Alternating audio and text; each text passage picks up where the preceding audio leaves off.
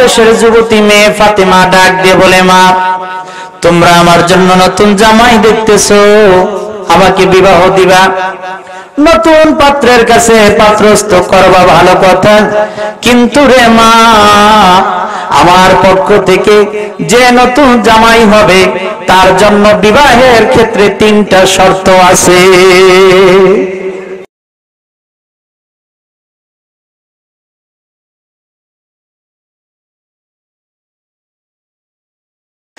আরব দেশের নারী, নাম হলো তার ফাতেমা, নবীর মেয়ে ফাতেমা না। এই ঘটনাটা আরবি একটা কিতাব জাদুল মুমিনি ফিদ দুনিয়া ওয়াল আখিরা, উলামায়ে কেরাম আছে, যেহেতু মাদ্রাসার মাহফিল আমি কিতাবের নামটা বলে দিলাম।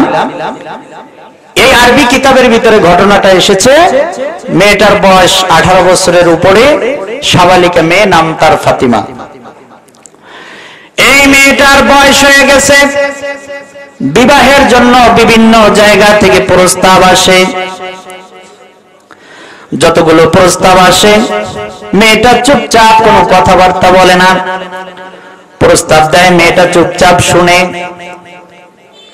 একদিন তার মা মেয়েটার কাছে গিয়ে জিজ্ঞাসা করে, মা তোমার বিবাহ দেওয়ার জন্য আমরা নতুন নতুন জামাই খুঁজতেছি, ছেলে খুঁজতেছি, কিন্তু যখনই প্রস্তাব আসে তোমার ভিতরে কোনো প্রতিক্রিয়া নাই, তুমি রাজি আছো কি নাই কোনো কথাই বলো না, ব্যাপারটা কি?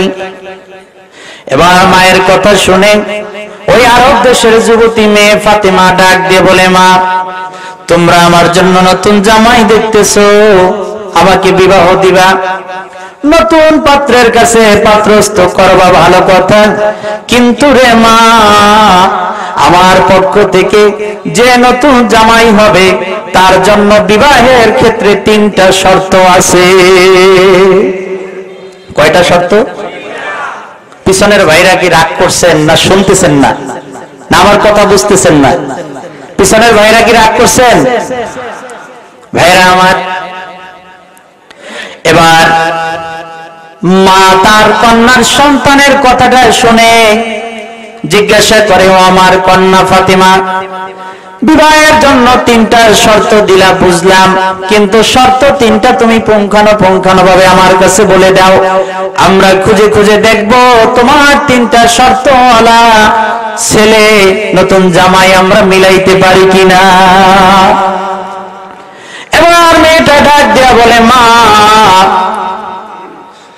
তোমরা যাকে নতুন জামাই বানাবা, আমার নতুন জামাই যিনি হবেন তার জন্য 1 নাম্বার শর্ত হলো, যেদিন থেকে আমার সাথে বিবাহ বন্ধনে আবদ্ধ হয়ে যাবে ওই দিন থেকে কমপক্ষে তাকে সারা রাত্র দাঁড়ায়া দাঁড়ায়া নফল নামাজ পড়তে হবে। দৈনিক 5 ওয়াক্ত নামাজ তো পড়বি, সারা রাত্র তাকে দাঁড়ায়া দাঁড়ায়া নফল নামাজ পড়তে হবে। আপনারা বলেন, বিবাহ করে সারা রাত্র যদি দাঁড়ায় দাঁড়ায় নফল নামাজ পড়ে তাতে কি রাত্রে তার একটু ঘুম থাকবে? শর্তটা কি সহজ না কঠিন? 2 নাম্বার শর্ত হলো, নতুন জামাই যাকে বানাবা, আমার যিনি নতুন স্বামী হবে ওই স্বামীকে প্রতিদিন কমপক্ষে 1 খতম কোরআন তেলাওয়াত করতে হবে। সহজ না কঠিন? দৈনিক 1 খতম কোরআন শরীফ, 1 পারা পড়তে কত কঠিন। হাফেজ সাহেবরা তারাবি পড়ায়, আধা পারা দিয়া 1 পারা দিয়া সারাদিন মোতালা করতে হয়, পড়তে হয়, ঠিক কিনা বলেন? আমার পক্ষ থেকে 3 নাম্বার শর্ত হলো, যেই ছেলেটা আমাকে বিবাহ করে বাড়িতে নিয়ে যাবে বছরের 5 দিন রোজা রাখা হারাম। কয়দিন রোজা রাখা হারাম? 2 ঈদের 2 দিন, আইয়ামে তাশরিকের 3 দিন, এই 5 দিন রোজা রাখা হারাম, আর 1 মাস রোজা রাখা ফরজ, বাকি সারা বছর তাকে নফল রোজা রাখতে হবে। এবার আপনারা আওয়াজ করে বলেন, মেয়েটার 3টা শর্ত আপনারা পুঙ্খানুপুঙ্খানুভাবে বুঝছেন কি বুঝেন নাই? এবার এই মাঠের ভিতরে কে আছেন এমন 3টা শর্ত দিয়া আরব দেশের ওই সুন্দরী যুবতী বংশীয় ধনী কন্যার সন্তানটাকে বিবাহ করার প্রস্তাব দিবেন। কে আছেন? হাত তুলেন। কেউ রাজি আছেন? নাই। কারণ কি? তিনটা শর্ত অনেক আপনাদের কাছে কঠিন মনে হয়েছে। ভাইরা আমার, মেয়েটার তিনটা শর্ত শোনার পরে মা তার বাবার কাছে চলে গেছে। ওগো শুনছনি, তোমার কন্যা ফাতেমার জন্য যে আমরা জামাই দেখতেছি, ঘন ঘন প্রস্তাব আনতেছি, কিন্তু তোমার মেয়ে যে তিন শর্ত লাগাইছে, এই তিন শর্তওয়ালা ছেলে তো খুঁজে জগতের ভিতরে পাওয়া যাবে না। বাবা ডাক দিয়ে কয়, কি শর্ত আমাকে শোনায়া দাও। কয়, তোমার মেয়ে এক নাম্বার শর্ত লাগাইছে, যেদিন থেকে বিবাহ করবে ওই দিন থেকে জামাইকে সারা বছর দাঁড়াইয়া নফল নামাজ পড়তে হবে। দুই নাম্বার শর্ত লাগাইছে, প্রতিদিন তাকে এক খতম কোরআন তেলাওয়াত করতে হবে। তিন নাম্বার শর্ত লাগাইছে, সারা বছর তাকে নফল রোজা রাখতে হবে। এমন সন্তান মনে হয় জগতে পাওয়া যাবে না। বাবা ডেকে ডেকে বলে, স্ত্রী গো, ভয় পেয়ে লাভ নাই, লাভ নাই। আমার মেয়ে যেই তেরার তেরা, আমার মেয়ে যেই জিদির জিদি, আমার মেয়ের তিন শর্ত ওয়ালা ছেলে আমাদের খুঁজে বের করতে হবে। যেরকম মারহাবা। এবার মেয়ের বাপ আরব দেশের ভিতরে মহল্লায় মহল্লায় পাড়ায় পাড়ায় সব জায়গায় ঘটক লাগাই দিলেন। ঘটক যখন তিনটা শর্ত নিয়ে যায়, কোন ছেলের সামনে যখন একটা শর্ত উপস্থাপন করে, সঙ্গে সঙ্গে প্রস্তাব ক্যান্সেল হয়ে যায়, কেউ রাজি হয় না।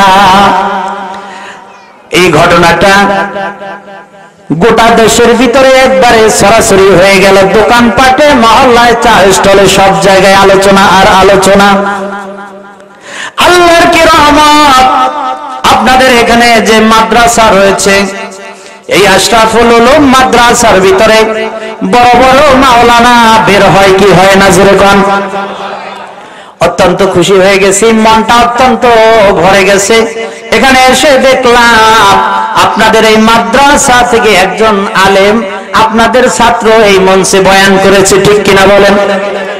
ভাইয়েরা আমার, ওই এলাকার ভিতরে নতুন একজন দাওরায়ে হাদিস পাশ করে একজন মাওলানা আলেম হয়ে চলে আসছে। মাওলানা সাহেব বাজারে প্রয়োজনে গেছে, বাজারে গিয়া দোকানপাটে এরকম আলোচনা শুনে আমাদের মহল্লার ভিতরে একটা রূপসী সুন্দরী দিনদার একটা পাত্রী বাবা মা বিবাহ দিতে চায়, কিন্তু তিনটা শর্তের কারণে তার বিবাহ শাদী হয় না। মাওলানা সাহেব তিনটা শর্ত পুঙ্খানুপুঙ্খানুভাবে শুনলেন। তিনটা শর্ত শুনে মাওলানা সাহেব ওই মেয়েটাকে বিবাহ করার জন্য আল্লাহর দরবারে শুকরিয়া আদায় করে বললেন, আলহামদুলিল্লাহ। মাওলানা মানুষ তিন শর্ত মেনে বিবাহে রাজি হয়ে গেলেন, কারণ তিনি কি বোকা? ঠিক না? আলেমরা বোকা না? তো আপনারা দিয়ে অনেক সময় কোয়ান কাঠ মোল্লা, আমগো নাকি কাঠ দিয়ে বানাইছে। ভাইরা আমার, আলেমওয়ালা আমাদের এত দোষ। নামাজ পড়ে যদি একটু জোরে যায়, কয় দেখছো নি কোন জায়গায় জানি দাওয়াত আছে, দৌড় পারছে। আবার যদি আসতে যায়, কয় দেখছো নি এমন খাওয়া খাইছে, হাঁটতেও পারে না। আবার মাঝে মাঝে কয় দেখছো খালি হুজুররা পরের বাড়ি খায়। ঠিক না ভাই? ঠিক। ভাইরা আমার, বন্ধুরা আমার, আলেম ব্যক্তি ওই মেয়েটার তিনটা শর্ত মেনে আল্লাহর দরবারে শুকরিয়া আদায় করে সিদ্ধান্ত নিল, বিবাহ যদি করতে হয় এই তিন শর্তওয়ালা দিনদার মেয়েটাকে আমি বিবাহ করব। জোরে কোন মারহাবা। এবার বাড়িতে গিয়ে মাওলানা সাহেব তার বাবা মার কাছে প্রস্তাব দিল, ও আমার বাবা, ও আমার মা, আমি দাওরায়ে হাদিস শেষ করেছি, আলেম হয়েছি, আমি শুনতে পারলাম তোমরা নাকি আমার জন্য নতুন বউ দেখতেছো। মেয়েটার বাবা দেখে নতুন জামাই, আর মাওলানা সাহেবের বাবা মা তাকে বিবাহ করার জন্য নতুন বউ দেখতেছে। মাওলানা সাহেব ডেকে বললেন, বাবা, শুনতে পেলাম আমাদের মহল্লার ভিতরে এরকম একটা মেয়ে, নাম তার ফাতিমা, তিনটে শর্ত দিয়েছে, ওই মেয়েটাকে আমি বিবাহ করতে চাই। বাবা কয়, সন্তান তোর মাথা কি খারাপ হয়েছে?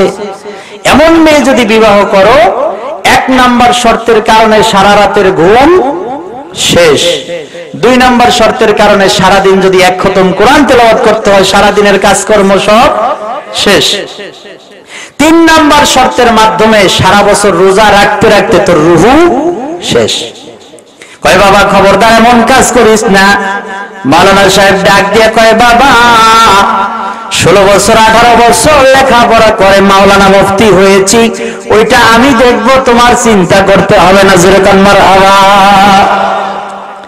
এবার মাওলানা সাহেব ওই মেয়েটার 3টা শর্ত মেনে মেয়েটার সাথে সুন্নাত তরিকায় বিবাহ বন্ধনে আবদ্ধ হয়ে গেল। জোরে কান মারহাবা। আমি খুব দ্রুত আপনাদেরকে বলতেছি, মাওলানা সাহেবের বিবাহ সুন্নাত তরিকায় হয়ে গেল। আমাদের দেশে যেই প্রথা চালু আছে বিবাহ শাদীর ভিতরে, এটা কি সুন্নাত না গজব? জোরে কোন। বিবাহের ভিতরে ঢোল তবলা গান বাজনা দিয়া, কত ধরনের অশালীন কাজ দিয়া আমাদের দেশে বিবাহ শাদী হয়। আর মাওলানা মানুষ, আলেম মানুষ, তার বিবাহের ভিতরে সুন্নাত তরিকা আছে। বিদায় রহমতের মালিক কে? মাওলানা সাহেব বিবাহ বন্ধনে আবদ্ধ হয়ে গেলেন। বিবাহ সংক্রান্ত মাসালা যেহেতু এসেছে, একটু ধারণা দিতে হয়। আল্লাহ রাসূল বলেছেন, কোন বাড়িতে যদি মেহমান আসে, ওই মেহমানকে তোমরা সম্মান করিও। এটা কার কথা? দেখবেন বিবাহর বাড়িতে বরযাত্রী যখন পয়সা ভরে যায়, মেয়ের বাড়িতে যায়, সে কি বরযাত্রী কি মেহমান কিনা? জোরে বলেন। এই মেহমান যখন বরযাত্রী অনেক লোকজন নিয়ে বেড়াতে যায়, নতুন বউ আনার জন্য বেড়াতে যায়, গেটের ভিতরে তাকে লাল ফিতা দিয়ে চাঁদা দাবি করা হয়। সমাজে আছে না নাই? আমাদের দেশের যুবক ভাইরা তারাও বুঝে উল্টাটা, তারা বুঝে সম্মান করছে, কিন্তু গেটের ভিতরে লাল ফিতা দিয়ে ব্যারিকেড দেওয়া মানে তাকে অপমান করা। ঠিক না ভাই? ঠিক। এটা কোরআন হাদিস সমর্থন করে না। ঠিক কিনা? জোরে বলেন। আমাদের দেশের যুবক ভাইদের জন্য এজন্য আমি উপমা দিয়ে বলে থাকি, তারা বিদেশি এক পাঠানের গল্প মনে পড়ে গেছে। আমাদের দেশের যুবক ভাইরা পাঠানদের মতো হয়ে গেছে, বোকা। এক পাঠান বাংলাদেশে আসছে, ঢাকা শহরে যখন আসছে, হোটেল রেস্টুরেন্টে ডাকতেছে, আসেন ভাই খান, বসেন, অনেক আয়োজন আছে। এই পাঠান মনে করছে আমাকে মেহমান হিসেবে ডাকতেছে, বসতে তো অসুবিধা নাই, খাইতে অসুবিধা নাই। পাঠান ভিতরে ঢুকছে, বিভিন্ন আইটেমের ভালো ভালো দামি দামি খানা পিনা সব খাইছে, পাঠানরা খাইতে পারে।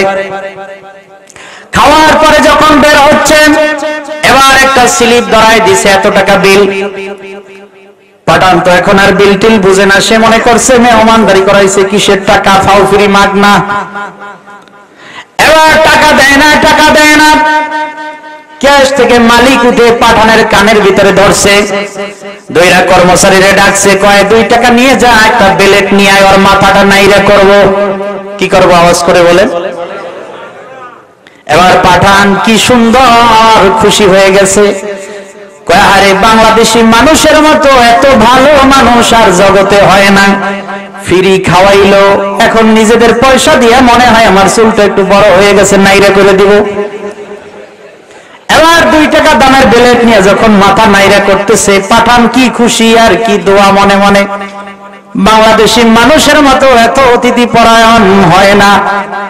নাইরা যখন করা শেষ, 5 টাকা দিয়ে কয় যে আলকাতরা নিয়ে আয়, কি লাগাইব।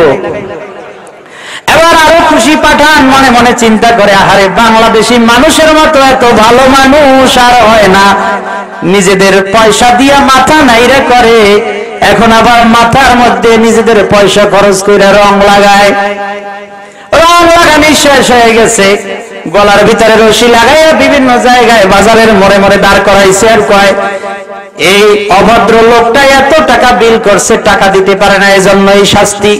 পাঠান মনে মনে খুশি হয়, আনন্দিত হয়, আর বলে আরে বাংলাদেশি মানুষ ফ্রি খাওয়াইলো, ফ্রি মাথার চুল কামাইলো, ফ্রি রং লাগাইলো, এখন আবার সময় ব্যয় কইরা আমার গলায় রশি লাগাই লাগাই লোক জড়ো কইরা আমারে সম্মান করে। জোরে কর নাউজুবিল্লাহ।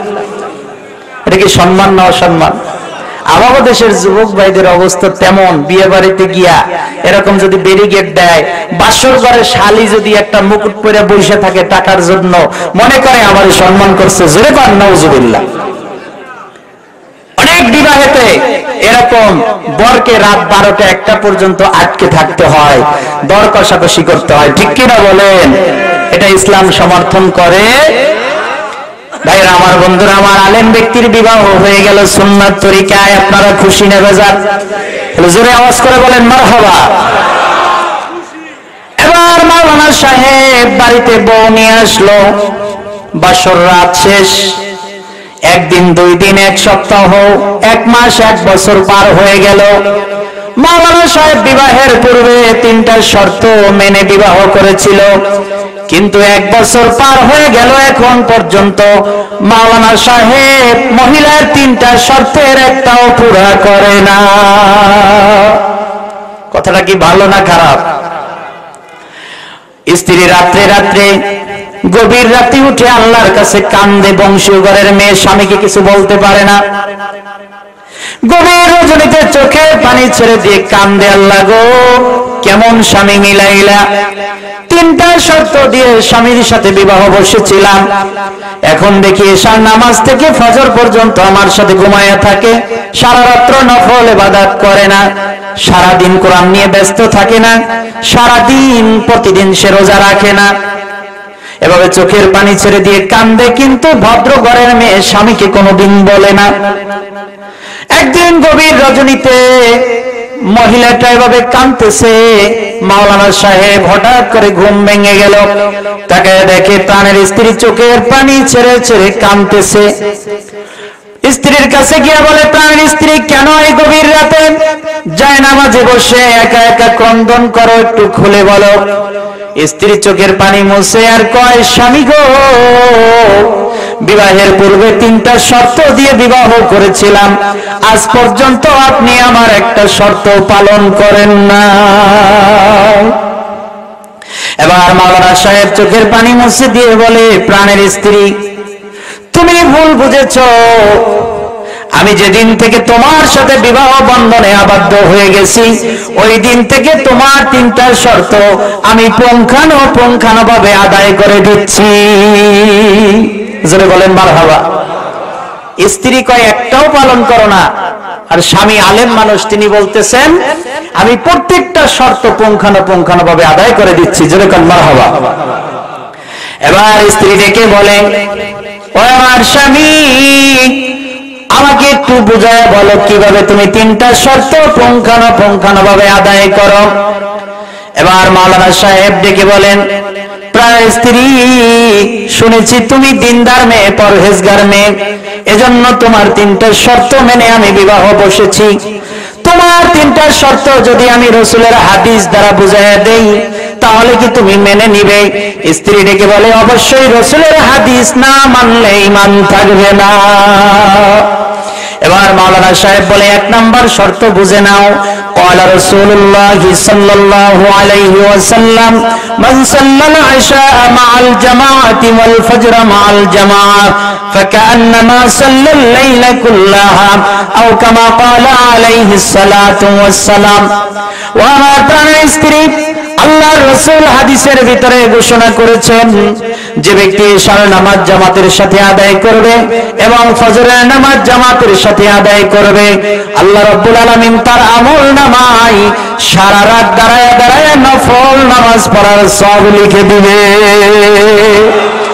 আমার প্রাণের স্ত্রী, তোমার ওই 1 নাম্বার শর্ত আদায়ের জন্য আমি দৈনিক 5 ওয়াক্ত নামাজ পড়ি, কিন্তু বিবাহের পর থেকে একদিনও আমি ফজরের নামাজ এবং এশার নামাজের জামাত মিস করি না। জোরে কোন মারহাবা। সহজ না কঠিন? আপনারা মনে করছিলেন অনেক কঠিন, সহজ না কঠিন? সহজ তো বললেন, কিন্তু আসলে সহজ না। এই শীতের রাতে ফজরের সময় জামাতে উপস্থিত হওয়া কঠিন ব্যাপার। ফজরের আজান যখন মুয়াজ্জিন দেয়, আসসালাতু খায়রুম মিনান নাওম, ঘুমের চাইতে নামাজ ভালো, কিন্তু শয়তান কয় কম্বল কেবল গরম হয়েছে, আরেকটু থাক, যাইয়া জামাত ধরবি না। ঠিক কিনা বল?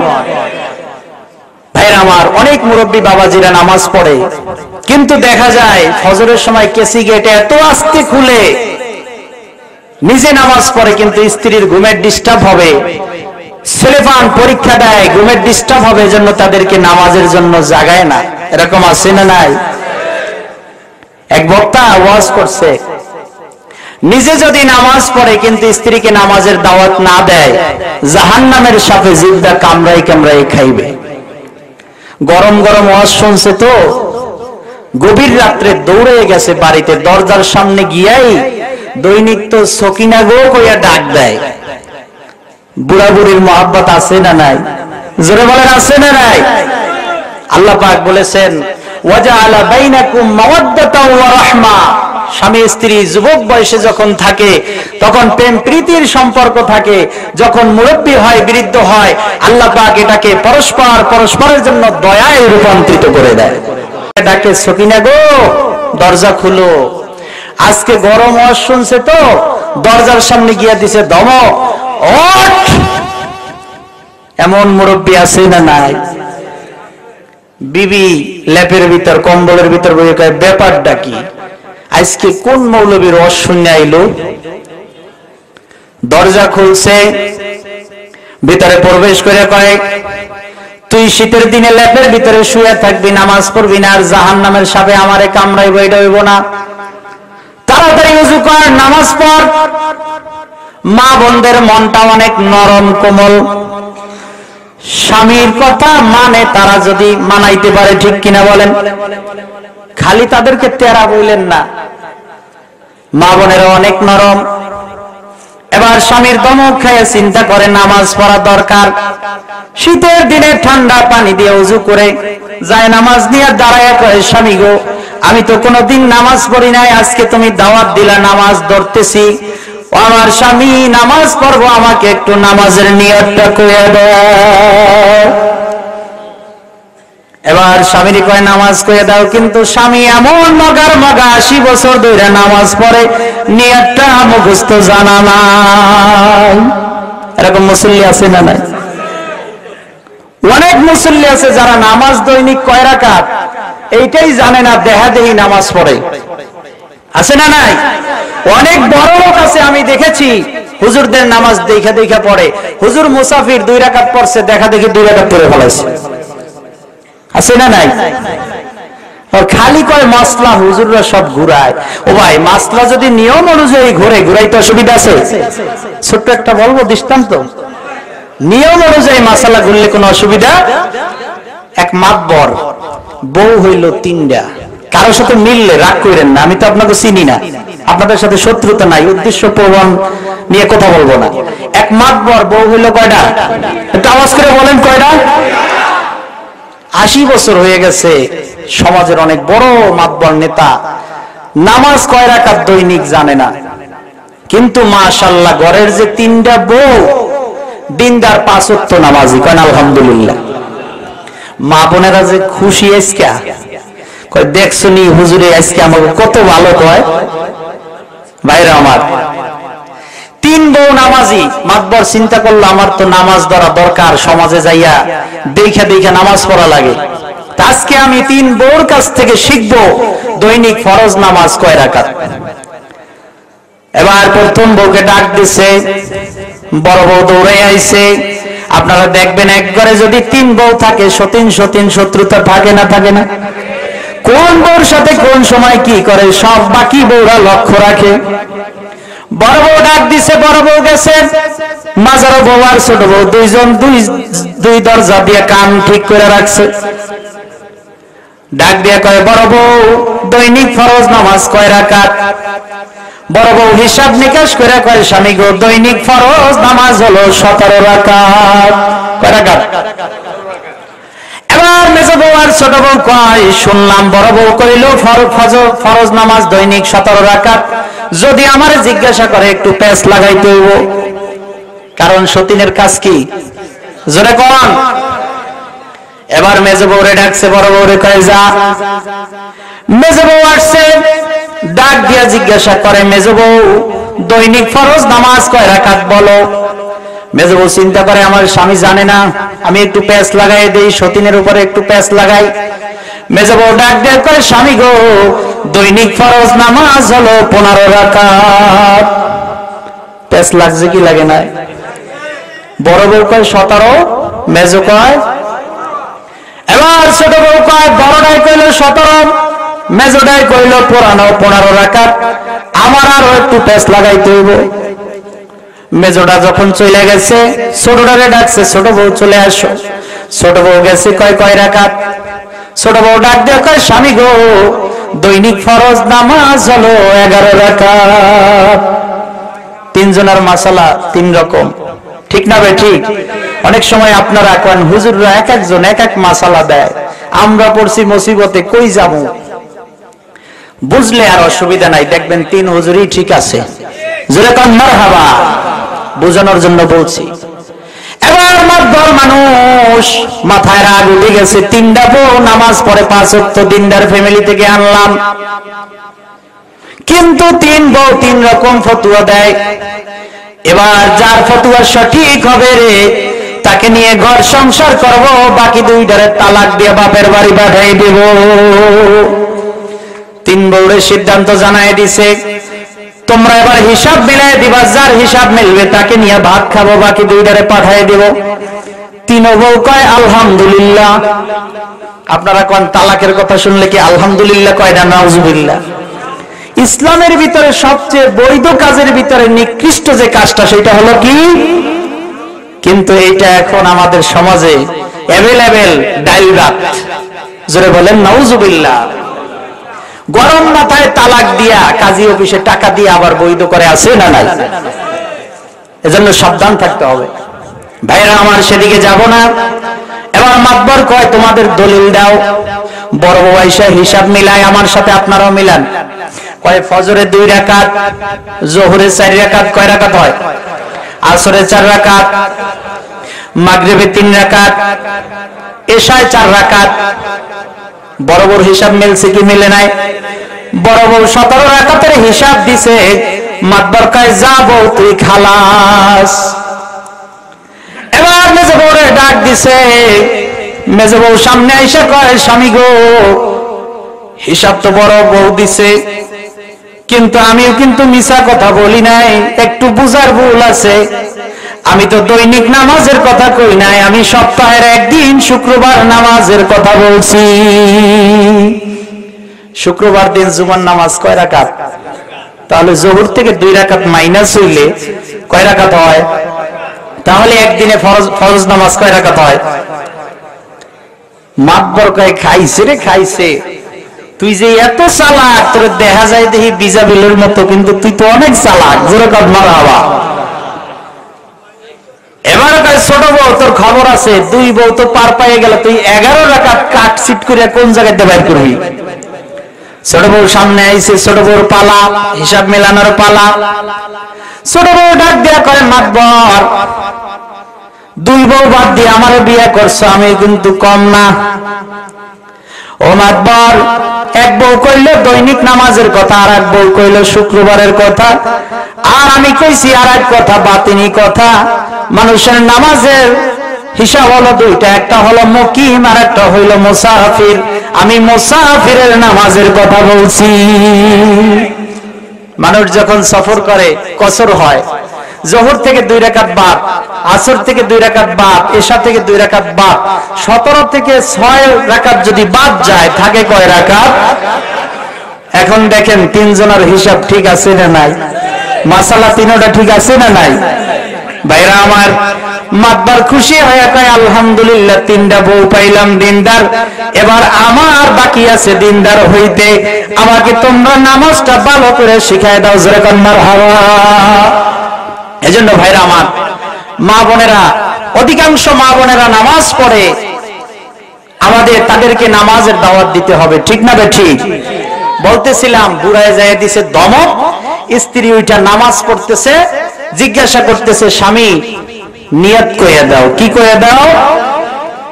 মাতবর 80 বছর ধরে নামাজ পড়ে, কিন্তু নিয়তটা এখন পর্যন্ত জানে না। এবার মাথা চুলকায় আর কয়, নিয়ত আমি পারি না। নিয়ত কি করি না? এখন আপনারাই বলেন, যদি আপনি ওই আমার মায়ের জায়গায় হইতেন, রাগ করতেন কি করতেন না? এবার মাতবরের বউ খেপে গেছে, ডাক দিয়ে কয়, গভীর রাত্রে দমক মাইরা হঠাৎ ঘুমটা ভাঙ্গাইছো, আমাকে ঠান্ডা পানি দিয়ে উজু করাইছো, এখন কাউ নিয়াজ জানি না, ভালো হইবে না কিন্তু। অনেক বিপদে পড়া বেচারায় কি আর করবে দেখেন। কয় স্ত্রী এক কাজ কর, তুইও যখন নামাজের নিয়ত জানো না, আমিও যখন নামাজের নিয়ত জানি না, আমগো নামাজ পড়ার দরকার নাই, দুইজনে লেপের মধ্যে হুইয়াই থাকি। জোরে খান নাউজুবিল্লাহ। নিয়ত কি করা লাগে, পড়া লাগে না অন্তর থেকে করলেই হয়? নিয়ত অন্তর থেকে করলেই হয় যে আমি ফজরের 2 রাকাত ফরজ নামাজ কিবলামুখী হয়ে আদায় করতেছি, এটাই ফরজ। জোরে বলেন মারহাবা। এজন্য ভাইরা আমার, নামাজ নিজেও পড়তে হবে, নিজের ফ্যামিলিতে যারা আছে তাদেরকে উঠিয়ে দিতে হবে ফজরের সময়। রাজি আছেন? এশার নামাজ এবং ফজরের নামাজ আজকে থেকে আমরা জামাতের সাথে আদায় করার চেষ্টা করব। কে কে একটু হাত তুলে আল্লাহকে দেখাই দেই। আল্লাহ কবুল করুক, বলেন আমিন। 1 নাম্বার শর্ত যখন হাদিসের আলোকে মাওলানা সাহেব স্ত্রীকে বুঝাইয়া দিল, স্ত্রী মুস্কি হেসে চোখের পানি মুছে মুছে কয়, স্বামী গো, মনে করছিলাম আলেম মানুষ বোবাই হয়, বোকা হয়, কিন্তু দেখলাম আলেম মানুষের মতো এত দামি মানুষ, এত জ্ঞানী মানুষ জগতে হয় না। ভাইরা আমার, এজন্য আল্লাহ রাব্বুল আলামিন বলেছেন, কুল হাল ইয়াস্তাবিল্লাযীনা ইয়ালামুনা ওয়াল্লাযীনা লা ইয়ালামুন। যারা আলেম আর যারা আলেম না, তারা কখনো এক নয়। ভাইরা আমার, 1 নাম্বার শর্ত মাওলানা সাহেব বুঝাইয়া দিলেন। বাকি 2টা বলবো না, আলোচনা শুরু করব। এবার স্ত্রী ডেকে ডেকে বলেন, ও আমার প্রাণের স্ত্রী, 1 নাম্বার শর্ত বুঝে আমি তৃপ্তি পেয়েছি, আমার মনে কোনো কষ্ট নাই, এটা তোমার কাছ থেকে জবাবদিহিমূলক নিলাম। বাকি 2টা শর্ত আমি আমল করার জন্য নিব। জোরে কান মারহাবা। এবার মাওলানা সাহেব ডাক দিয়ে বলেন, ও আমার প্রাণের স্ত্রী, প্রথম শর্ত হাদিসের দ্বারা দিয়েছি, দ্বিতীয় শর্তের জবাব আমি ওই রাসূলের হাদিস দ্বারা দিতে চাই। আল্লাহর রাসূল ঘোষণা করেছেন, আমার উম্মতের ভিতরে যারা কোরআনুল কারীমের ছোট একটা সূরা, সূরা ইখলাস, যাকে আপনারা কুল হুয়াল্লাহ সূরা নামে চিনেন, আল্লাহর রাসূল বলেছেন, এই কুল হুয়াল্লাহ সূরা যারা একবার তেলাওয়াত করবে, আল্লাহ রাব্বুল আলামিন খুশি হইয়া ওই বান্দার আমলনামায় কমপক্ষে 10 পারা কোরআন শরীফের সওয়াব লিখে দিবে। আমার প্রাণের স্ত্রী, তোমার 2 নাম্বার শর্ত পালন করার জন্য আমি দৈনিক যে ওজিফাগুলি আদায় করি তো করি, তোমার এই শর্ত পালন করার জন্য এশার নামাজের পরে যখন তোমার সাথে ঘুমায়া যাই, আমি 3 বার কুল হুয়াল্লাহ পরে ঘুমায়া যাই। এর বদৌলতে আল্লাহ রাব্বুল আলামিন আমার আমল নামায় প্রতিদিন 1 খতম কোরআনের সওয়াব লিখে দেয়। সহজ না কঠিন? পারবো আমরা ইনশাআল্লাহ। কবে থেকে আমল করব? ইনশাআল্লাহ আমরা প্রতিদিন যত পারি কুল হুয়াল্লাহ সূরার আমল করব। হাদিস শরীফে এসেছে, এক সাহাবীকে বিশ্বনবী ইমামতির দায়িত্ব দিলেন, উনি প্রতি ওয়াক্ত নামাজে কুল হুয়াল্লাহ দিয়ে নামাজ পড়ায়। বিশ্বনবীর কাছে আরজ করলেন, ইয়া রাসূলুল্লাহ, কেমন ইমাম নিয়োগ দিলেন, কুল হুয়াল্লাহ ছাড়া কিছুই জানে না, খালি কুল হুয়াল্লাহই পড়ে। বিশ্বনবী বললেন, এই কুল হুয়াল্লাহ সূরা তাকে জান্নাতে নিয়ে যাবে। এজন্য রাজি আছেন বেশি বেশি এই সূরার উপর আমল করতে? আল্লাহ তৌফিক দান করুক, বলেন আমিন। ভাইরা আমার, আপনারা বুঝতে পারতেছেন, এই বিষয়গুলির উপর যদি আলোচনা করা হয়, এরকম 5-7 দিন তাফসীর মাহফিল দিয়েও সম্ভব না শেষ করা। আমি খুব শর্টে আপনাদের কোটেশন দিচ্ছি। আল্লাহ পাক যেন আমাকে আগে আমল করার তৌফিক দান করে, বলেন আমিন। 2 নম্বর শর্ত বুঝে পাইলেন। এবার স্ত্রী ডেকে বলে, স্বামী গো, শেষ শর্তটা যদি বুঝাইয়া দিতা।